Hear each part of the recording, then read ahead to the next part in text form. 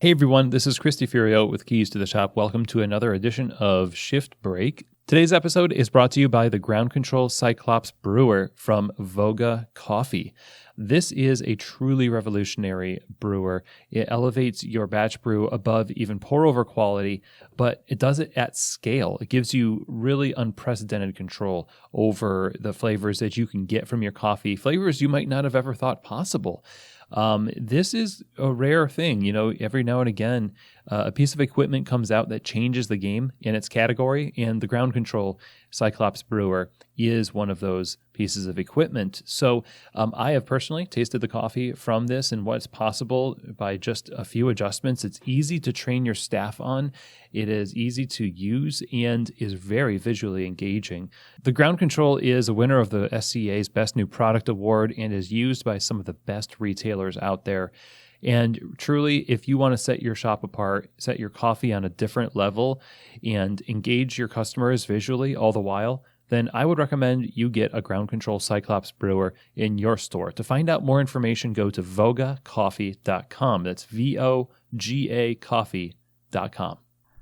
Okay, so today I wanted to talk to you a little bit about habits and the importance of this moment in developing good habits. Now, one of the things that I think that we are impacted by as professionals is the influence of others, and especially when we are impressionable. And there's a lot of emotion, there's a lot of pressure. In those intense moments in our lives, they tend to be the most formative. And this is one of the most intense things that we've experienced as professionals. And as much as we would like to just get through this, forget it ever happened, and move on with life as normal, there is no going back to the way things were, quite literally, because we are changing as people. The way that we handle ourselves and the way that we lead and communicate is at this moment morphing and changing. And the way that we allow ourselves to be changed in this moment will be a benefit to us later on, or it will be detrimental.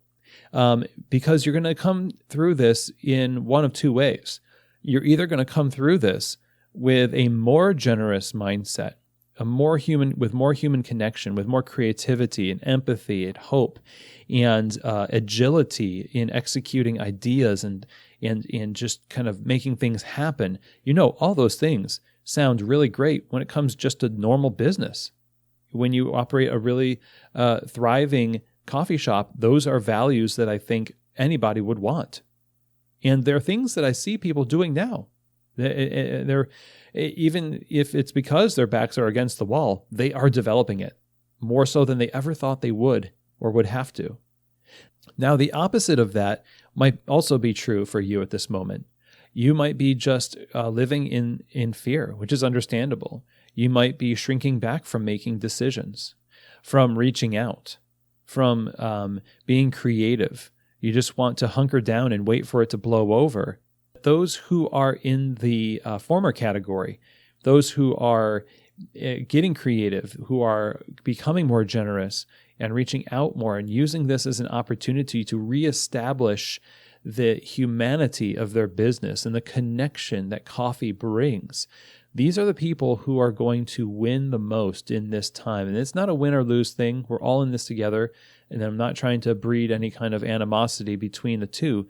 But I will say that I do think choosing to use this as an opportunity to re-examine, to upgrade, to root down even deeper into values is a very wise use of your time, because you're going to change again at the end of this, and who you are as a business at 5 years from now, a large part of that's going to be determined on how you went through this crisis. Crisis shapes the way we do business. It shapes the way that we treat people. And also how we conduct ourselves with people during this time is going to determine how they trust us in the future. So as an example of this, and there's many examples that can be made, we've got staff and customers as our main two groups of people that we have to look out for. If you've laid off people, are you looking out for their success beyond that point? Are you calling in and reestablishing connection with them and saying, "Hey, how are you doing? How can we help you?" The virtual tip jars are just an example of this. Where I work at Quill's Coffee, they have a communication channel opened up on the it's like Slack, it's like Glip app, and it's for people who are pursuing unemployment at the store. And there are conversations happening there all the time between administrators, ownership, and those who are currently not working at the store. It's because they're caring for them beyond what is utilitarian, beyond what is in the immediate. Do they have to do that? No, not necessarily. But it's wise. You know why? Because we plan on having people back. We want them to come back, We want them to feel cared for beyond the shop and that they as people are being valued. So the same is true for our customers. We heard Doug Stevens talk about this in our last episode on Tuesday, the future of retail, and how the way that we conduct business in this time needs to be for the need of our customer, to really reach out and empathize with them and say, what do you need right now that we can provide? And in so doing, we're actually investing into our business. We're actually creating more chance of success of our business when we look out for the needs of our customer, when we look out for the needs of our staff.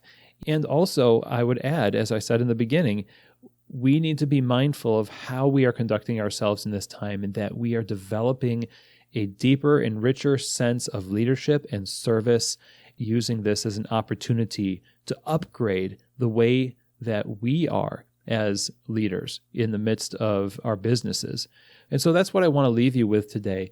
I'm encouraged to see so many people engaging in this type of mindset. If you've been on the fence about investing deeper into these types of things, I would encourage you to go all the way. Jump onto the side of generosity, of connection, jump onto the side of service and empathy, because at the end of this, we want to have greater creativity. We want to have more agility and empathy and connection and greater leadership skills. That doesn't happen accidentally. It happens when we recognize this as an opportunity and then take advantage of it as such. I think that's just wise as a business person, and it's wise as a human being as well. So thank you very much for joining me today. I appreciate all of you. Hope you're doing well and staying safe. And I'll see you here next week for another episode of Shift Break, from keys to the shop.